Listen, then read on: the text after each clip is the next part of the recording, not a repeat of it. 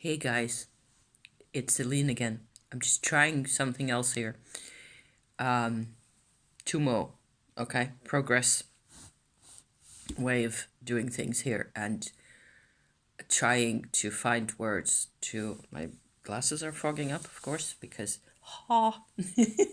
it's kind of. This is supposed to be the most direct way I have of really recording for you what it's like, okay? What it's really like to continue on as a Western person with no support really from, um, you know, other people. Let me put that first, specifically regarding my Tumo practice.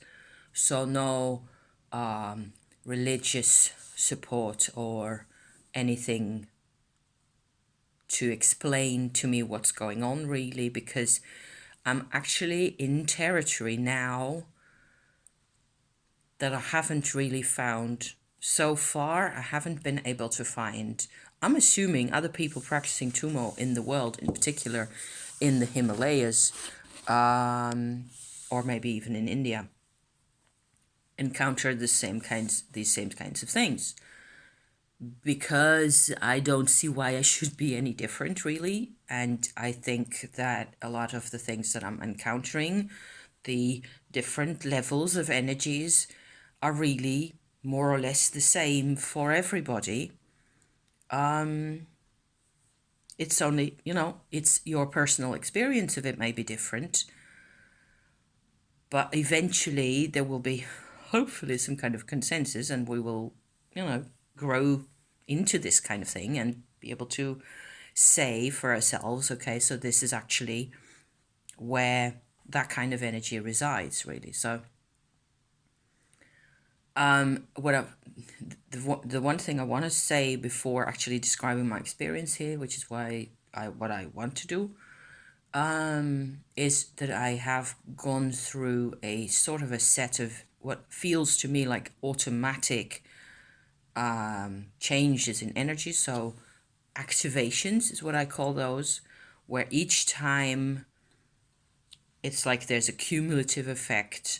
Each time there's a shift, really, and the vibration becomes, the more new territory is incorporated for the energy to work with. Bear with me here. So the energy has to forage, it has to create its own paths, okay? And the moment you start doing that, you get activation. It makes sense to me. I don't know. You have to, there are paths, but they're all blocked. So channels, right? Energy channels. And for me, in classical Kundalini yoga approaches, as they are given on the internet, you can find those in all sorts of places. They're always talking about the middle channel and about left and right channels, okay? For me, it's a bit more complex than that. I tend to see myself as a set of actually 9 channels, where there's the big one in the middle, 2 on either side, 2 back and front, and 2, diagonally, like so. So 1 in the middle and 8 in a circle around that. And they're different in how important they are, but those channels exist all the way from the bottom all the way up to here. So the crown chakra itself even has this, by now, for me, it sort of reveals itself in this pattern. And there's points, so your actual middle channel comes out more or less here in your fontanelle area. But there's bits here and, like so, where they're sort of extra sensitive, and it's different. The areas are really, they're different, they feel different at the moment. I'm kind of sort of aware of these over here. So whatever we want to do with that, it's very consistent for me. It's been like that since, I don't know, a year and a half or so that I started getting into this, fine-tuning my experience, finding it out. And I found out about the 9 channel pattern, like so, at the lowest of the Dantian. So at the the underbelly Dantian, that sits just below the chakra. I'm not talking about chakras anymore at that moment, because most of the chakras that we have to deal with are actually out the front here, and they're sort of expressive. They're very important. I've been working with my chakras a whole lot lately, introducing my next level activation that I was originally going to describe here for you, reintroducing the sort of plus level Tummo energy into my chakras. Actually, even it seems like you're introducing it from the outside and going inwards into your chakra like that with your Tummo energy. It is very powerful and it feels bloody amazing. You can feel this stuff. This isn't, if I can't feel it, I can still visualize it. You don't feel it the same exactly all the time, because guess what? You're a living creature, so your experience isn't always going to be exactly the same. And there's seemingly an endless array of blockages and question marks and areas that are troubled and areas of. I'm not surprised. I mean, I've been walking on this planet for a half a century with a whole lot of personal baggage and trauma and inherited things from other people from generations past. So I'm not surprised that it isn't all like made of silver and gold in there and sparkly and fine and beautiful, which may be one reason why a lot of the healing work or meditation work that I see people do, vibrational attunement to things, it doesn't really get much further than, say, this kind of a layer where you feel it, you experience a change, but it doesn't really, 3 weeks down the line, you don't always necessarily still have much of a benefit. Healing work often doesn't change lives that much because it's surface work, right? And this whole Tummo that I'm constantly talking about does it differently. You do it yourself, you do it from the inside, you build up this strength on and on and on and on every day, basically. And at some point, you start getting a tool that you can actually do a lot of stuff with from the inside, or as I just said for the chakras, from an outside field around you inward again. And it's extraordinarily powerful. And even so, you need time. And so the activation thing that I was trying to tell you about is really where the most magnificent or deep thing has happened. I think by now 2 months ago or so, where I did this whole 3-layer Dantian activation. And then out here, which is something I started doing early in the summer, in June somewhere. I think I first had what I call a Trikaya experience. That's all on Wikipedia, by the way. So if you know that this is actually relevant to Tummo, then a whole lot of that stuff makes real immediate sense, is what I'm trying to convey here also.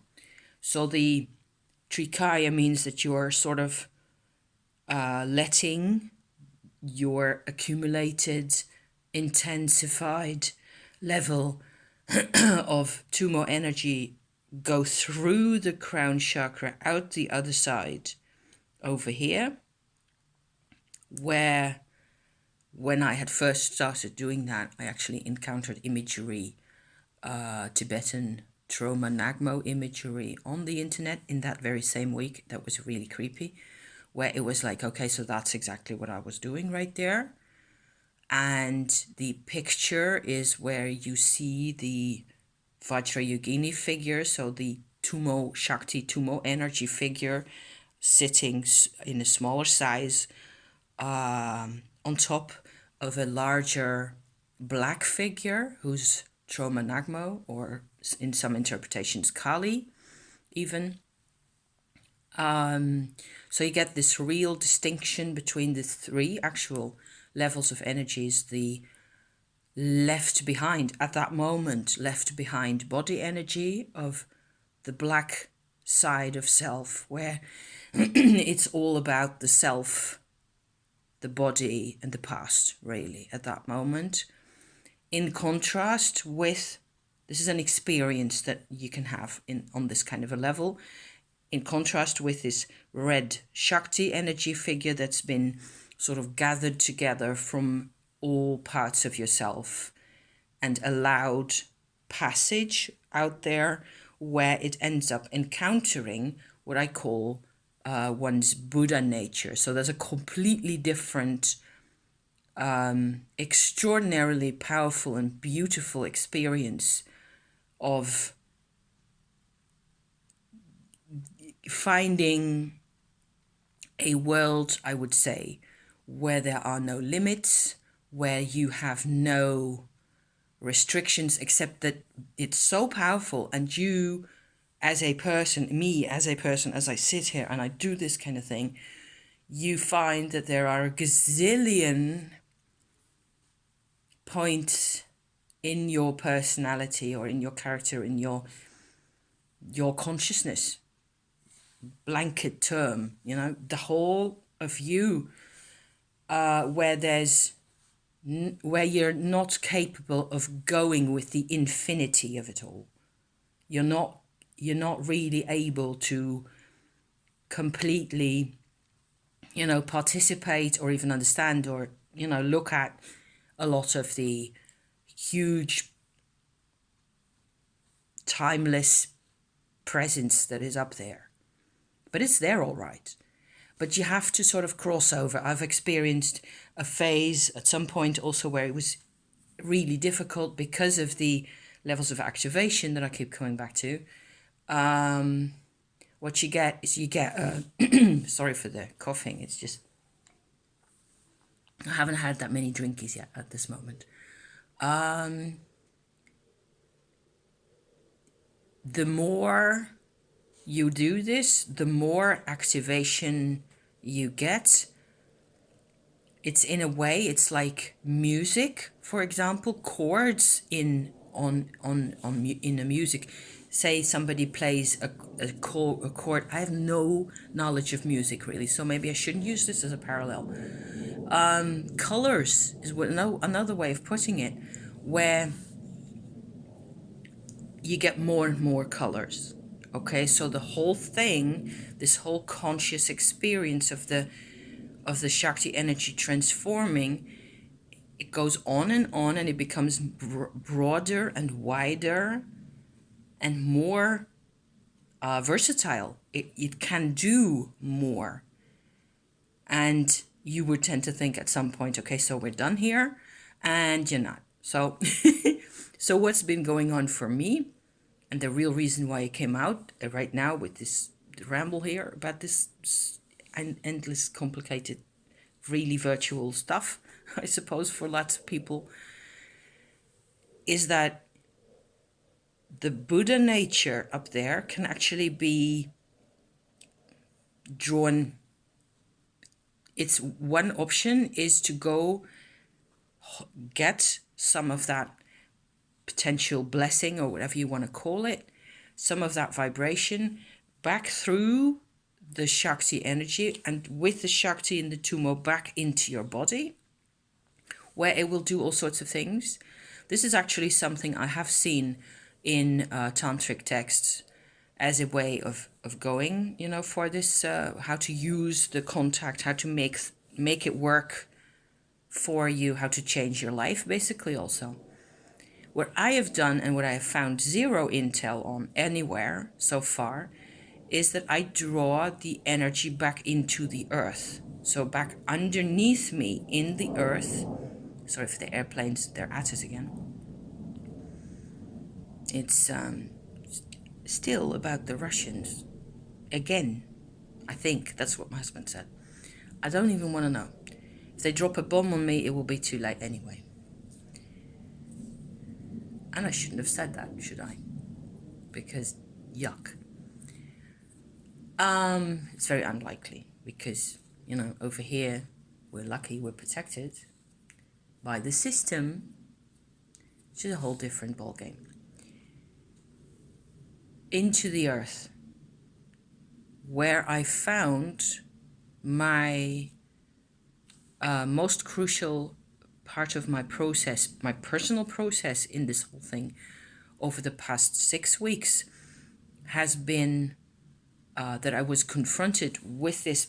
The Buddha light doesn't change as it goes into you or into the earth. It sort of stays the same. It contacts everything. It can make everything clear. So there's another activation going on right there, where this would be your level 4 activation, bringing the thing back down and into the earth, to the subpersonal chakras that we have already discussed a couple of times. That's a 5th activation, actually. And each time so over the past weeks, I've been having huge struggles, personal, emotional travails with tribal content, because what ends up becoming really clear through this experience, this Trikaya going down kind of an experience into the earth, is the distinction between personal self, real self energies on the one hand, and tribe energies on the other. And I'm not even really particularly worried at the moment as to which sits where, because I sort of did that already. And I think I showed you a couple of times, or I talked about it a couple of times, as to which sits where. And it's kind of important, but it just depends on what you really want. And if I now connect even just a little drop of the Buddha and nature energy with this self energy layer that sits in the earth beneath me, it's like a huge relief. It's like the best kind of empowerment that you could have.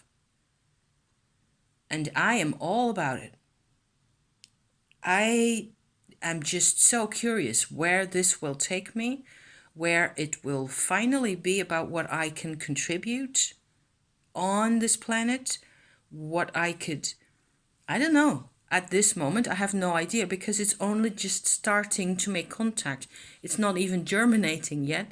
It's just this 2 layers of vibration that were separated in time because of all the stuff going on.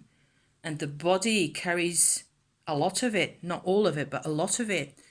And it just, because it has manifested in troubles and difficulties and blockages and pain and sorrow and loneliness and isolation and all the rest of it, it will just the body keeps those things, because that's what it does, right? It's crystallized, and there you go.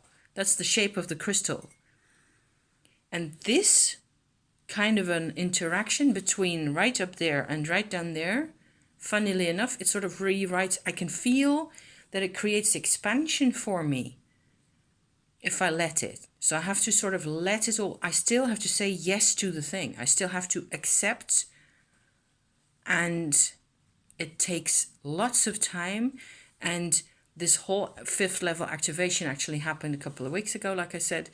And because the Shakti energy is continually coming up out of the earth, out of the heart of the earth is how I always described it, through your subpersonal chakras and into your root chakra and then into your body, the actual Shakti itself is changing, is what I'm thinking now all of a sudden. And so the more it actually gets activated, everything, the more you shift, so to speak. The more you actually go like that. It's almost like actual shocks where, things happen in my life, and I have people and things that I find really worrying and strange, and everything that I could possibly be scared of. Yesterday, I had a whole phase where it was all about guilt again. Bad trigger, it's such a bad thing. It's such a bad vibe. Guilt, whether real or unreal, actually. I was actually fairly pleased with myself because I'd done some work in the morning, and then I ended up at the local history society in the afternoon, where I had the situation going. How to put this in a nutshell, really, because I'm already here long enough. I was kind of scared that people wouldn't let me do something, wouldn't let me do a job because of exaggerated ideas about, me being incapable, people making out that I would not be able to do this because responsibilities, failed. Failure, I think, mainly. It's just a very extended way of saying that I had a huge fear of not being accepted, being, deemed irresponsible and general failure. So it was pretty awful for like half an hour or so. And I contoured the whole thing because there wasn't really anybody blaming me for anything at the moment. It was all in my own head.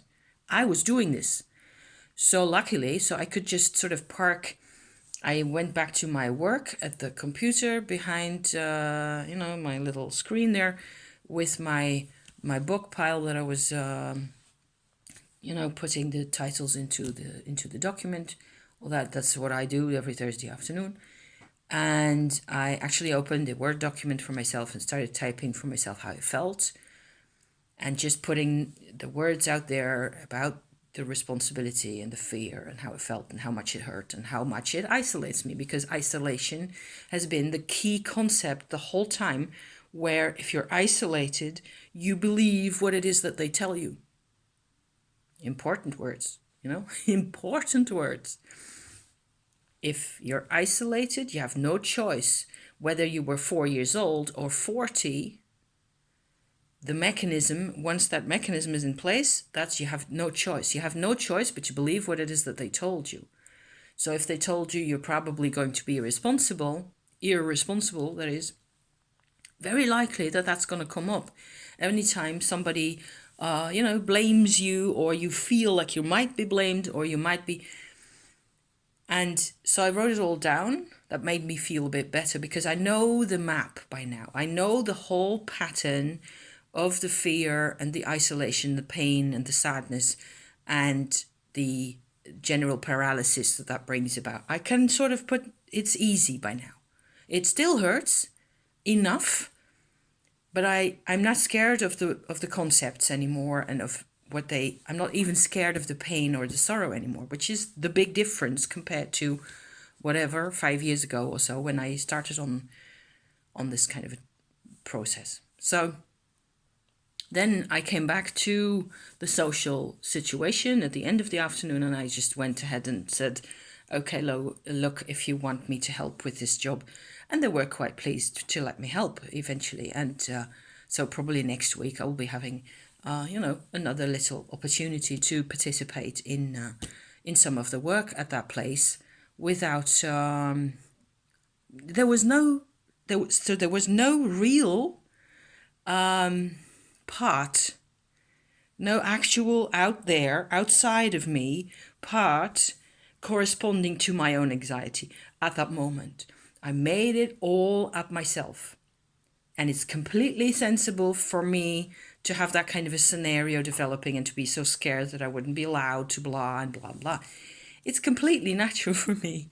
And it still scares me, but I sort of solved it. First in myself, by allowing myself to, take some time out. And after all, it's not work I'm paid to do, so I can do as much or as little as I please at that time. And if I want to spend 15 minutes typing to myself what's going on in my brain, then I can do that. I am completely free to do that. So lucky me, right? Pretty good. So After that, I felt a lot better, seeing as I sort of managed to turn my truck into another direction. This endless, long, horrible, psychodramatic train of inevitable pain and inevitable anxiety, I manage by now to turn the wheel a few degrees to the other side.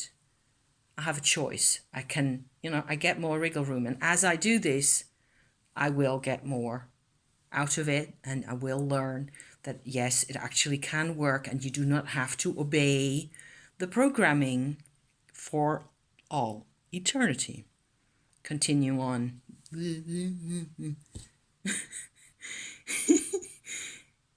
Because I'm so done with it. I'm so done with all of it. So, the distinction in the vibrations, and then the conjunction, if you like, of those vibrations, where I can by now see, okay, so this is tribe energy. This isn't really my own energy, but it does mess me up. I believe in this whole energy structure that we're part of, with the Buddha nature and the subpersonal chakras and everything going on in between. I believe women in particular, with their reproductive organs, where you actually have all these new generations sitting inside you the whole time, we are deeply and closely connected, directly, I should say, or perhaps more explicitly connected to tribal energies. You'd say, duh, wouldn't you? Yes, we are. That makes us more aware of those things. It makes for a whole lot of problems, because tribal problems are our problems, obviously. And it's a big challenge. But then I believe this process with this Tummo practice and this Trikaya practice in this way is actually the only real way to learn to feel where is a thing tribal and where is it personal. And to find the personal anchor, if you like, in the whole turmoil of tribe, the whole extended chaos and intra-relational shizzle going on all the time. There's no reprieve from the tribe. So then this personal energy really is like, you just need this much of it, and it goes, oh, you suddenly, like, you become, I don't know, you change. You change from something that's just bounced around between other people's energies the whole time, especially as a female. Yeah, with hormones and all the rest of it. And sugar levels, let's go there. Suddenly you have sort of an anchor, a fixed point, a self nature that sort of becomes a lot clearer. And I'm not saying the tribe is bad. It's just what we got. It's not bad. There's lots of good things. And I'm sure that if it was truly bad, we wouldn't have to deal with this. We are connected to it because of its inherent goodness. The goodness of you and the goodness of the tribe. How about that? I had a whole video, about as long as this one, I think, slightly longer, about astrology, and I ended up deleting it because I didn't care, because it was just waffle, really. I can do that just fine, but I believe a lot more in this one. Okay, so I'm hoping that this actually conveys something to you. The experience of finding the anchor, the self energy anchor, if you like, is actually really, my hair is such a mess. I don't know why. I slept. I did brush my hair, because you see me do that. And yesterday I also put some hair oil in there, because I've got these lots and lots of white hair now in the middle of the brown, and it's like 4 times thicker than the brown hair used to be. So I can have it lots longer, which I like because I'm a lioness. So I like to have mane like that. There's not like huge tons of it, but I have to also put some hair oil in occasionally. Like I don't know, once every 2 or 3 times that I actually wash it. And then I get it's nice hair, you know, instead of, it gets very dry. It's really different hair after 55. So yeah, so you probably can confirm that if that is your age as well. I'm going to do some astrology now because I finished my drinkies and I think I finished my energy chat report as to, because it's, after all that, it's pretty extraordinary to be able to find this anchor inside yourself, to find a vibe that as, I don't know, it compares to the feel of an oak tree for me, which is, to me, that's bliss. Okay, so stability and sunshine, and I suppose there's a lot of processes has gone into creating that self as well. I can sort of see by now how there's experience there. Isn't that cool? I love that. I love this stuff. It's such an amazing job to be having. I'm going to sign off because half an hour, quite enough of that. Thank you for watching. Have a really nice weekend. And